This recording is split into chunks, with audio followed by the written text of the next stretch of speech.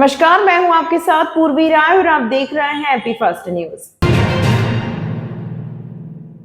उज्जैन में एक दिन पहले देर रात को थाना माधवनगर के 2 आरक्षक गश्त कर रहे थे। इसी दौरान उन्होंने 3 संदिग्धों को पूछताछ के लिए रोका, तभी संदिग्धों ने पुलिस पर चाकू से हमला कर दिया। घटना में एक आरक्षक आकाश जाटव को चाकू लगा। गंभीर हालत में आरक्षक को निजी अस्पताल में भर्ती कराया गया, जहां उपचार जारी है। वहीं आरोपियों की धरपकड़ के लिए एसपी प्रदीप शर्मा ने अलग अलग टीमें बनाई। पुलिस को जानकारी लगी कि आरोपी शहर से लगे सांवराखेड़ी क्षेत्र में मौजूद है। पुलिस की अलग अलग 2 टीमों ने आरोपियों को पकड़ने का प्रयास किया तो आरोपियों ने पुलिस पर फायर किए। पुलिस की जवाबी कार्रवाई में एक आरोपी के पैर में गोली लगी, वहीं दूसरा आरोपी भागने में घायल हो गया। आरोपियों के नाम महेश लोधी है, जो कि 26 वर्षीय है, जिसे गोली लगी है। वहीं दूसरे आरोपी का नाम राहुल बॉस है, जिसकी उम्र 20 वर्ष है, जिस पर पूर्व के 2 लूट के मामले भी दर्ज हैं। पुलिस ने इन्हें संदिग्ध मानते हुए रोकने का प्रयास किया तो पुलिस पर हमला कर दिया। गिरफ्तार आरोपी के पास एक पिस्टल, 3 जिंदा कारतूस बरामद किए गए हैं। सर, वो जो आरक्षक पे हमला हुआ था उसमें कोई आरोपी का एनकाउंटर हुआ है, क्या पूरा मामला? ये परसों रात को हमारे 2 पुलिसकर्मी साथी 3 संदेहियों को जब परसू कर रहे थे और इनको पकड़ लिया था, उसी में से एक आरोपी ने हमारे पुलिसकर्मी के ऊपर जानलेवा हमला किया था, जिसमें उसे लंग रप्चर हुआ है, वो अस्पताल में भर्ती है। तभी से हमारे पूरी टीमें, एडिशनल एसपी साहब जयंत राठौर और उनके पूरे नेतृत्व में हमारे सीएसपीज, सभी थाना प्रभारी इनके परसूट में लगे हुए थे। मुखबिर से सूचना प्राप्त हुई कि कल रात को ये सांवराखेड़ी की तरफ से 2 आरोपी जो हैं इसमें से आ रहे हैं। थाना प्रभारी माधवनगर उनके परसूट में थे और नीलगंगा थाना प्रभारी विवेक, ये इनके आगे से इन्होंने पकड़ने का प्रयास किया, जिसमें एक आरोपी ने इनके ऊपर फायर भी किया। उसके बाद भागने के प्रयास के दौरान ये मोटरसाइकिल से स्लिप हो गए, जिसमें दोनों को चोटें आई हैं। तभी माधवनगर थाना प्रभारी ने इनको पीछे से पकड़ लिया। इसमें एक पिस्टल, 3 जिंदा कारतूस, एक फायर्ड कारतूस इनसे बरामद किया गया। इनको आत्मरक्षा जब पुलिस ने भी फायर किया तो इनके पैर में चोट आई है। आरक्षक हमारा भी अस्पताल में भर्ती है। वो अभी खतरे से खाली है, परंतु क्योंकि जानलेवा हमला था और उसका लंग रप्चर हुआ है तो उसको लगातार सुपरविजन में रखा गया।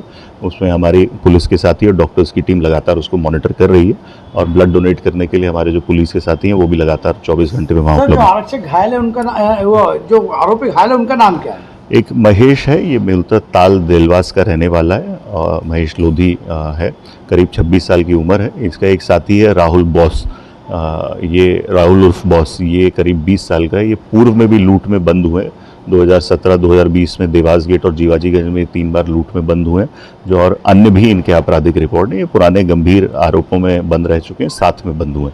इनका एक और साथी शिव है, जो अभी हमारी टीम में उसको भी पकड़ने का और उसको शाम तक हम शीघ्रता से गिरफ्तार करेंगे। सर, ये जब घटना हुई है उस समय क्या करना आया था और उन्होंने पुलिस पे अचानक हमला करा? पहले भी कोई केस हुए? ये पूर्व में जैसे मैंने आपको बताया कि ये लूट के अपराधी रहे हैं। अब जब हम लोग एनालिसिस कर रहे हैं तो उन्होंने कुछ घटनाएं उज्जैन में भी की हैं, जिसमें मामले दर्ज हुए थे। उस रात ये घटिया में भी 2 मजदूर भाइयों के साथ लूट करके लौटे थे। जब ये लूट करके यहाँ पर आ रहे थे तो पुलिस ने जब इनको संदेही मानते हुए रोकने का प्रयास किया तो इन्होंने जब रोकने के बाद पुलिस के ऊपर हमला कर दिया। उज्जैन जिले की ग्राम पंचायत झाड़ा में सरपंच पति नागूलाल मालवीय द्वारा रोजगार सचिव सुरेंद्र कुमावत के साथ मारपीट की गई, साथ ही शासकीय कार्य में बाधा पहुंचाते हुए जान से मारने की धमकी भी दी है। हालांकि पुलिस द्वारा मामले में जांच की जा रही है, जिसके बाद सुरेंद्र कुमावत ने एसपी और कलेक्टर को शिकायत कर मामले में कार्यवाही की मांग की है। इसी के साथ नरेंद्र खेड़ा गांव में मारपीट के मामले में सरपंच पति नागूलाल मालवीय वर्तमान में फरार चल रहे हैं। पीड़ितों ने भी इसकी शिकायत की है। ग्राम पंचायत झाड़ा के रोजगार सचिव सुरेंद्र कुमावत ने जानकारी देते हुए बताया कि वह कुछ दिन पहले महिदपुर जनपद सीईओ मीना झा के निर्देश पर गांव झाड़ा में बन रही गौशाला में नरेगा ऐप से मजदूरों की उपस्थिति लेने के लिए गए थे। शिकायतकर्ता ने आरोप लगाया कि सरपंच पवित्रा के पति नागूलाल पिता रामलाल मालवीय मौके पर पहुंचे और उपस्थिति लेने से रोकने लगे। इस पूरे घटनाक्रम के बाद रोजगार सचिव सुरेंद्र कुमावत ने झाड़ा पुलिस थाने पहुंचकर आवेदन भी दिया, लेकिन पुलिस द्वारा प्रकरण दर्ज नहीं किया गया। ऐसे में सुरेंद्र कुमावत ने एसपी प्रदीप शर्मा और कलेक्टर नीरज कुमार को पत्र सौंपकर शिकायत की है, साथ ही मामले में प्रकरण दर्ज करने की मांग की है। पूर्व में पुलिस द्वारा कलेक्टर को नागूलाल का जिला बदर का प्रस्ताव भेजा गया था, जिसके बाद कलेक्टर ने 6 माह के लिए नागूलाल को जिला बदर करने के आदेश जारी किए थे। नागूलाल मालवीय पर पुलिस ने कई बार प्रतिबंधात्मक कार्यवाही भी की है। आज हमने एसपी साहब के आवेदन दिया है। सरपंच ग्राम पंचायत झाड़ा के पति नागूलाल मालवीय, जो कि एक जिला बदर आरोपी है और एक अपराधी को डाकू व्यक्ति है, मैं जब गौशाला निर्माण में मोबाइल ऐप से मजदूरों की अटेंडेंस करने वहाँ पहुँचा तो सरपंच पति नागूलाल मालवी ने मेरे साथ धक्का मुक्की की, मारपीट की और गाली गलौज करके मुझे धमकाया कि अगर तूने मेरे को गौशाला निर्माण में कमीशन नहीं दिया तो तेरे को हरिजन एक्ट में झूठे केस में जेल भिजवा दूंगा और तेरी झूठी शिकायत करूंगा, जिसकी वजह से मैं बहुत मानसिक प्रताड़ित हूं। जिसकी शिकायत मैंने झालडा थाने में भी आवेदन दे के की, लेकिन वहां पे मेरी कोई सुनवाई नहीं की गई। आज तक पुलिस विभाग द्वारा इस में कोई भी कार्रवाई नहीं की गई है, जिसकी वजह से मैंने न्यायालय की शरण भी ली है। अगर समय होते हुए इसकी कार्रवाई नहीं की गई तो मुझे सल्फास खा के आत्महत्या करना पड़ेगी, जिसकी संपूर्ण जवाबदारी सरपंच पति नागूलाल मालवी की रहेगी। इसकी वजह से ग्राम पंचायत झालडा के सभी निर्माण कार्य ठप पड़े हैं और जो मनरेगा अंतर्गत मजदूरों को रोजगार मिलना चाहिए वो भी उनको समय पे नहीं दे पा रहे हैं। इसलिए इसकी कार्रवाई जल्द से जल्द पुलिस विभाग द्वारा की जाए। सुरेंद्र कुमावत, रोजगार सहायक, ग्राम पंचायत झालडा, जनपद पंचायत महतपुर, जिला उज्जैन। सर मैं ग्राम पंचायत झालडा का निवासी हूँ। जगदीश पिता रणछोड़लाल मेरा नाम है। मैं विगत 3 महीनों से प्रमाण पत्र के लिए ग्राम पंचायत में जा रहा था, लेकिन मेरा प्रमाण पत्र नहीं बनाया गया और रुपयों की मांग करता है। और 3 महीनों बाद उसने बनाया तो उसने गलत बना दिया और मैंने उसको बोला कि दुरुस्त कर, तो फाड़ के मेरे मुंह पे फेंक दिया गया और तेरे से बने वो कर लेना, पैसे लाओ तो प्रमाण पत्र बनेगा, नहीं तो नहीं बनेगा। मकान का स्वामित्व प्रमाण पत्र। और झालडा थाने में फिर मैंने शिकायत दर्ज करवाई तो वहाँ पे मेरी कोई सुनवाई नहीं की गई। क्या बोलते हैं थाने वाले बोलते हैं उसको बुला लिया मौके पे आकर और उसकी भी आवेदन दिया गया नागूलाल द्वारा मेरे खिलाफ, और मेरी सुनवाई नहीं हुई। और सरपंच पति द्वारा उसके साइन किए गए प्रमाण पत्र पर। हमारी ज़मीन नरेंद्र खेड़ा में थी तो हम हाँकने गए तो वहाँ पर जैसे ही पूरे नरेंद्र खेड़ा गांव ने हमला कर दिया, उसमें नागूलाल मालवी का हाथ है पूरी तरह से। उनने उनको षड्यंत्र करके पूरे गांव को एकजुट करके हमारे ऊपर हमला कर दिया और हमारे माताजी को और बहन को और भाई को बहुत सारी चोट भी आई। तो हॉस्पिटल में आए तो वहाँ पर भर्ती भी नहीं करने दिया उसने फ़ोन लगा के। वहाँ पर और गंभीर चोट आई उनको और पूरे गांव वालों ने मिलकर अगर छोड़ाता नहीं तो वहीं हत्या करने का प्रयास किया फूलफाल। क्या वो जाति पक्ष से ले रहा फूलफाल, क्योंकि उनकी जाति समाज के लोग हैं, पूरा गांव एक ही समाज का है तो वो उनका पक्ष लेता है। और थाने में हमने 23 तारीख को आवेदन दिया था तो थाने वाले ने भी कुछ नहीं किया उसमें, सब वो एक ही हिसाब से चल रहे। इसीलिए हम अधिक से अधिक कार्रवाई चाहते हैं। अगर नहीं हुआ तो हम उग्र आंदोलन भी करेंगे भोपाल तक जाके। टिकम सिंह राजपूत। जिला अस्पताल के क्षय रोग विभाग में चोरी की वारदात होना सामने आया है। बदमाश कुछ ज्यादा सामान पर हाथ साफ नहीं कर पाए, लेकिन वहां लगे एसी की केबल काट कर ले गए। जिला अस्पताल में लंबे समय से चोरी की वारदातें होना सामने आ रही है। एक बार फिर बीती रात बदमाशों ने नए बने क्षय रोग विभाग में धावा बोला। स्टोर का काम देखने वाले अभिषेक गोयल ने जानकारी देते हुए बताया कि बदमाश पीछे की पुरानी बिल्डिंग से ऊपर चढ़े और नए क्षय विभाग के कक्ष की खिड़की तोड़कर अंदर पहुंचे। एक युवक ग्रीन टी शर्ट पहना हुआ अस्पताल में चोरी करने के लिए घुसते हुए नजर आ रहा है। चोरी की घटना का जब सुबह पता चला तो विभाग के डॉक्टर द्वारा सिविल सर्जन को अवगत कराया गया और कोतवाली थाना पुलिस को शिकायत दर्ज कराई। सीसीटीवी के आधार पर पुलिस मामले की जांच कर रही है। बता दें कि पूर्व में भी जिला अस्पताल में चोरी की कई वारदातें सामने आ चुकी है। यही नहीं, बदमाशों ने अस्पताल के रिकॉर्ड पर भी हाथ साफ किया था। इन दिनों जिला अस्पताल परिसर में मेडिकल कॉलेज बनाए जाने की तैयारियां शुरू हो चुकी हैं और अस्पताल के वार्डों को चरक भवन के साथ माधवनगर अस्पताल में स्थानांतरित किया जाना है, जिसके चलते अस्पताल प्रशासन परिसर में होने वाली चोरी की वारदातों को लेकर गंभीर दिखाई दे रहा है, जिसका फायदा बदमाशों द्वारा उठाया जा रहा है। जिलाशय केंद्र में जो कि सिविल अस्पताल कैंपस में स्थित है, वहाँ पीछे की साइड से एक लगभग 20 साल की उम्र का लड़का एंटर हुआ और वो फर्स्ट फ्लोर पे प्रथम तल पे हमारे जाली काट कर बिल्डिंग के अंदर एंटर हुआ। उसको वहाँ की चाबी वहीं कील पे टंगी दिख गई, जिस कारण उसने सारे कमरे खोले फर्स्ट फ्लोर के और सारा सामान अस्त व्यस्त किया। कैमरे वगैरह सारे घुमा दिए उसके बाद उसे ऐसा कुछ नहीं मिला जो चोरी किया जा सके, तो वो ग्राउंड फ्लोर पर आया और वहाँ पे एसी का पाइप काट के ले गया है, जिसकी कंप्लेन हमने सेंट्रल कोतवाली में दर्ज करवा दी है और साथ ही उसकी फुटेज जो कि हमारे कैमरे में उपलब्ध थी वो भी थाना प्रभारी को उपलब्ध करवा दी है। ये पाउडर वाले ही लड़के हैं जो स्मैक वगैरह लेते हैं। लगभग 20 साल उम्र है। ग्रीन कलर की टी शर्ट पहना हुआ था। टी शर्ट के पीछे 1 नंबर भी लिखा हुआ है जो कि साफ दिख रहा है और उसकी शक्ल भी साफ दिख रही है जो कि कैमरे फुटेज में आई है। मेरा नाम अभिषेक गोयल है। मैं स्टोर का काम देखता हूँ सर टीबी हॉस्पिटल में। श्री महाकालेश्वर मंदिर प्रबंध समिति द्वारा 2004 से निःशुल्क अन्य क्षेत्र का संचालन किया जाता है। मंदिर प्रबंध समिति के प्रशासक श्री मृणाल मीना ने जब बताया कि 22 जुलाई से 26 जुलाई तक लगभग 20,000 भक्तों ने निःशुल्क अन्न क्षेत्र में भोजन प्रसाद ग्रहण किया है। निःशुल्क अन्न क्षेत्र निःशुल्क भोजन प्रसाद की व्यवस्था रहती है। श्रावण माह में हजारों की संख्या में श्रद्धालु भगवान श्री महाकालेश्वर के दर्शन कर श्री महाकालेश्वर निःशुल्क अन्न क्षेत्र में भोजन प्रसादी ग्रहण करते हैं। इस हेतु मंदिर के निर्गम द्वार वाले प्रांगण में अन्न क्षेत्र के भोजन हेतु कूपन वितरण का काउंटर स्थापित है। श्री महाकालेश्वर मंदिर की सभी व्यवस्था दान के माध्यम से ही संचालित होती हैं। श्री महाकालेश्वर मंदिर प्रबंध समिति द्वारा संचालित निःशुल्क अन्न क्षेत्र में दानदाता अपने आप्तजनों के जन्मदिवस, पुण्यतिथि, विवाह, वर्षगांठ आदि अवसरों पर एक समय के भोजन प्रसाद हेतु 25,000 रुपए की राशि देकर भोजन करवा सकते हैं तथा एक पूरे दिन के भोजन प्रसादी हेतु 51,000 की राशि मंदिर कोष में जमा कर भोजन प्रसादी की व्यवस्था करवा सकते हैं।